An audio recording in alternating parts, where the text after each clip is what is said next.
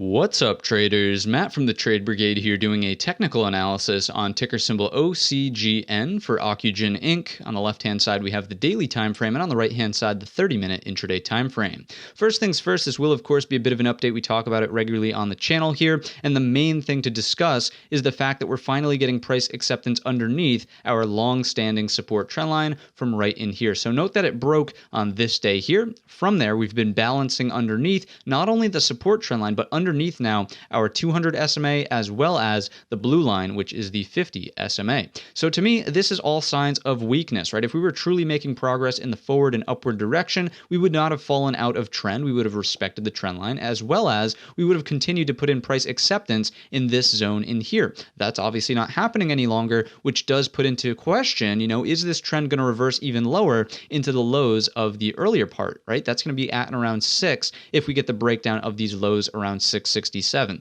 So let's take a look at this through the lens of the 30-minute perspective, see how all of these moves have unfolded. What you'll notice is that there's also a floor in place here, and this is kind of going to be the true breakdown point in my estimation at and around this 680, we'll call it for round numbers sake. That's going to act as a flush point, obviously, if broken. We have another support just underneath, so maybe the true breakdown is here, but I really think the momentum starts to pick up on the break of this area. You can see just so many touches there. If that goes, again, looking for much lower into about 6. Now, is this tradable to the downside? As we know, it's not going to show us here easy to borrow, hard to borrow in the weekend session. However, if we just look at the options contracts, right, not a terrible spread and definitely some okay volume. I would even imagine that picks up as we get into the weekly series here of this upcoming week. So to me, if you want to short it, technically puts could be a viable option. Again, I'm not entirely sure on the ETB, HTB, NTB status of Ocugen at this point in time, but might be something to look out for, okay?